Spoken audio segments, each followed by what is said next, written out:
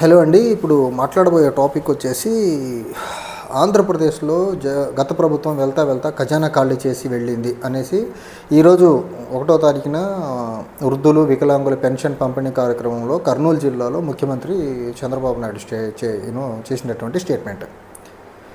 గత ప్రభుత్వం ఖజానా ఖాళీ చేసి వెళ్ళి ఉంటే మీరు గద్దెనెక్కక ముందు, మీరు ముఖ్యమంత్రిగా ప్రమాణ స్వీకారం చేయక ముందే పెన్షన్స్ పంపారు.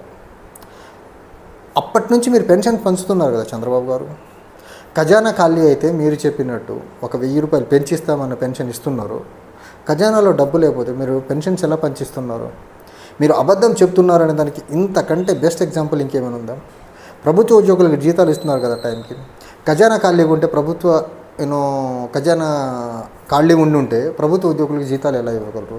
ఇంకొక అంశము, డే టు డే అడ్మినిస్ట్రేషన్ నడుస్తుంది కదా, సరే అప్పో తీసుకొచ్చి నడుపుతున్నారు. ఖజానా ఖాళీ ఎక్కడుంది?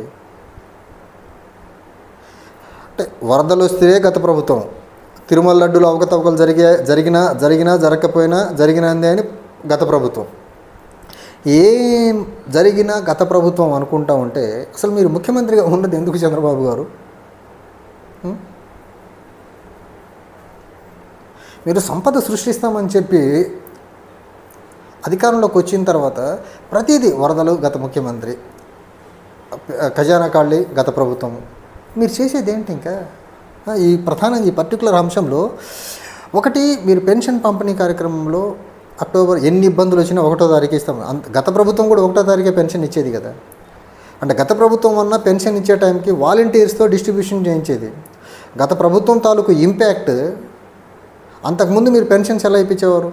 ఎవరైతే పెన్షనర్స్ ఆ విలేజ్లో ఉంటారో వాళ్ళందరినీ ఒక దగ్గరికి తీసుకొచ్చి ఎండనగా వాననగా వాళ్ళు ఎండల్లో వానల్లో గంటల తరబడి నుంచొని పెన్షన్స్ తీసుకుని వెళ్ళే పరిస్థితి.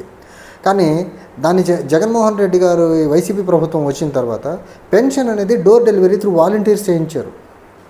అని మీరు ఆ వాలంటీర్ వ్యవస్థను తీసేసి గ్రామ సచివాలయ వ్యవస్థను వాడుతున్నారు. ఆ గ్రామ సచివాలయ వ్యవస్థను తీసుకొచ్చింది కూడా జగన్మోహన్ రెడ్డి గారే.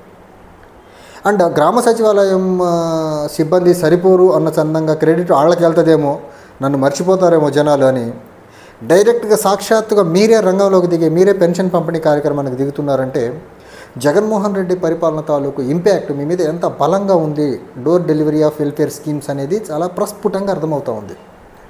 మీ జీవితంలో వెల్ఫేర్ అనే పదానికి మీరు చాలా దూరమైన వ్యక్తి. మీ జీవితానికి వెల్ఫేర్ అనేది డోర్ డెలివరీ చేసిందని మీరు చాలా వ్యతిరేకం. పేదవాడి చేతికి ₹1 పంచేదానికి ఎప్పుడూ సాహసం చేయని వ్యక్తి మీరు. ఏ కాడికి వచ్చిన సంపద ఏదైనా ఉంటే మీ చుట్టూ ఉన్న నలుగురు కార్పొరేట్లకు దోచిపెట్టే బాపత్ తప్ప మీరు పేదవాడి క్షేమం గురించి, పేదవాడి బాగు గురించి మీరు ఎప్పుడు ఏది చేసిన దాఖలాలు లేవు.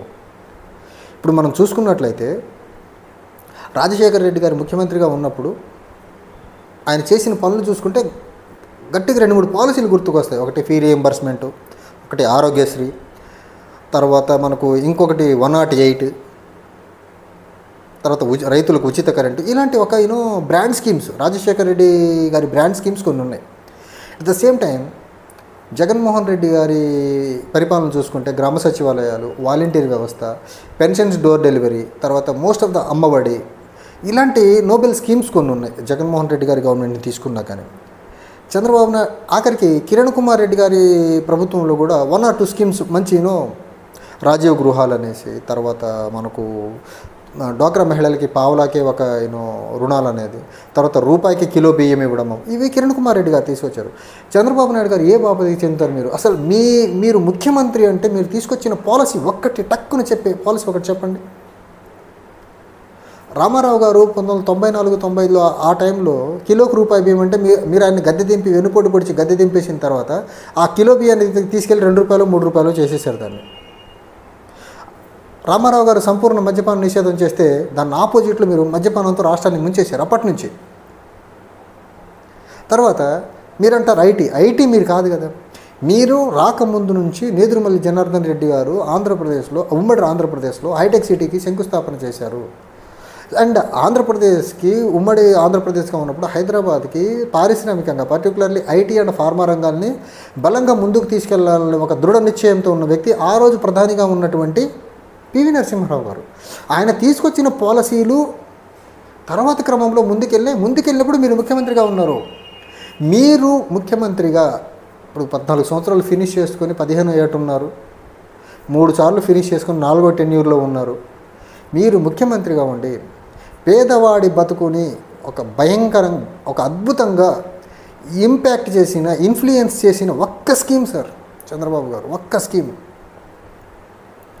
ఒక్కటంటూ ఒక్కట్లేదు తెలుసా? మీరు పేదవాడి కోసం, రాష్ట్ర హితం కోసం, రాష్ట్ర బాగోగుల కోసం ఈ ఒక్క స్కీమ్ వల్ల ఇంతమంది లబ్ధిదారులు ఉన్నారు, ఇంతమంది లబ్ధి పొందారు, లేకపోతే ఈ పర్టికులర్ సెక్టర్ లబ్ధి పొందింది, beat agriculture are health sector, లేకపోతే మనకు ఎడ్యుకేషన్ సెక్టర్, ఒకటి చూపించండి సార్.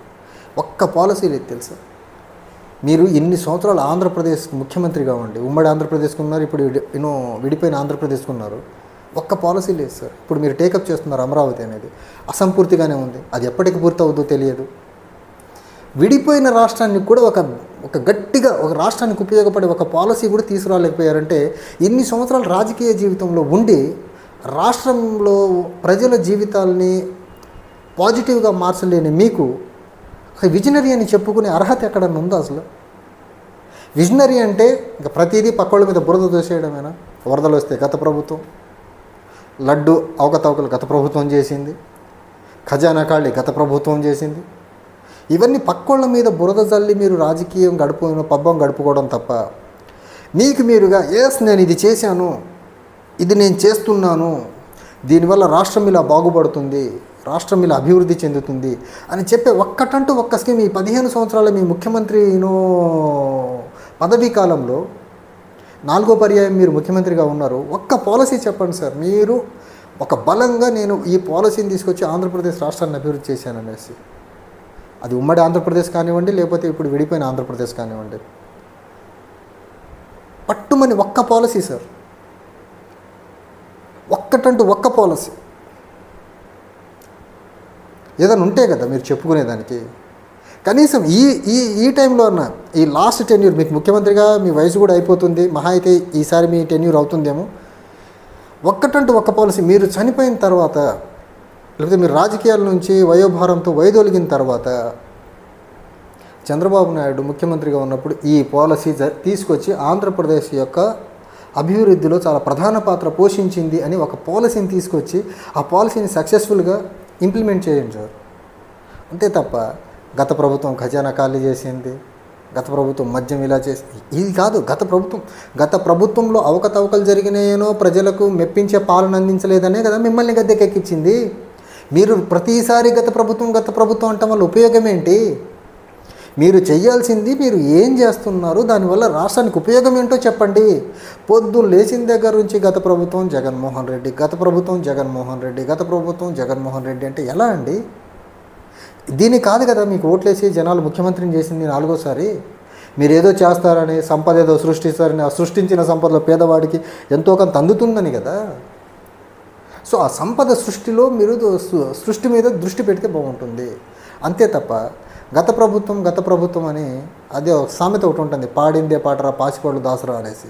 అలాంటి గత ప్రభుత్వం అని ఒకటే పాట పొద్దున్న నుంచి నైట్ వరకు ఆ పాట పాడుకుంటూ 5 సంవత్సరాలు కాలయాపన చేసి ఆంధ్రప్రదేశ్ని అభివృద్ధి పరంగా ప్రొడక్టివ్ 5 సంవత్సరాలని గంగలోనో బంగాళాఖాతంలోనూ కలపొద్దు, లేకపోతే పక్కన కృష్ణానది ఉంది, ఆ కృష్ణానదిలో కలపొద్దు. మీ ఇంటి పక్కనే కృష్ణానది ఉంది కదా.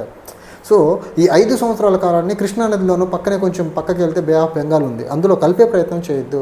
రాష్ట్రానికి ఉపయోగపడే ఒక అద్భుతమైన పాలసీని తీసుకురండి. ఇప్పుడు నేను ఇందాక చెప్పినట్టు రాజశేఖర్ రెడ్డి అంటే ఆరోగ్యశ్రీ, 108 ఫీ రీయింబర్స్మెంట్, ఇలాంటి స్కీమ్స్, రైతులకు ఫ్రీ పవర్, ఇలాంటివి ఉన్నాయి. జగన్మోహన్ రెడ్డి అంటే గ్రామ సచివాలయాలు, వాలంటీర్ వ్యవస్థ, అమ్మఒడి, ఇలాంటి స్కీమ్స్ ఇంతకుముందు ఎప్పుడు లేనటువంటి స్కీమ్స్ ఇవి. మీరు ఇలాంటి స్కీమ్ ఒకటి తీసుకురండి. ఆఖరికి కిరణ్ కుమార్ రెడ్డి గారు కూడా తన పరిపాలనలో కొన్ని స్కీమ్స్ తీసుకొచ్చి నిలబడ్డారు. కానీ మీ టెన్యూర్స్లో ఎక్కడా కానీ ప్రజలకు మేలు చేసే ఒక్క స్కీమ్ కూడా నాకు కనపడట్లేదు.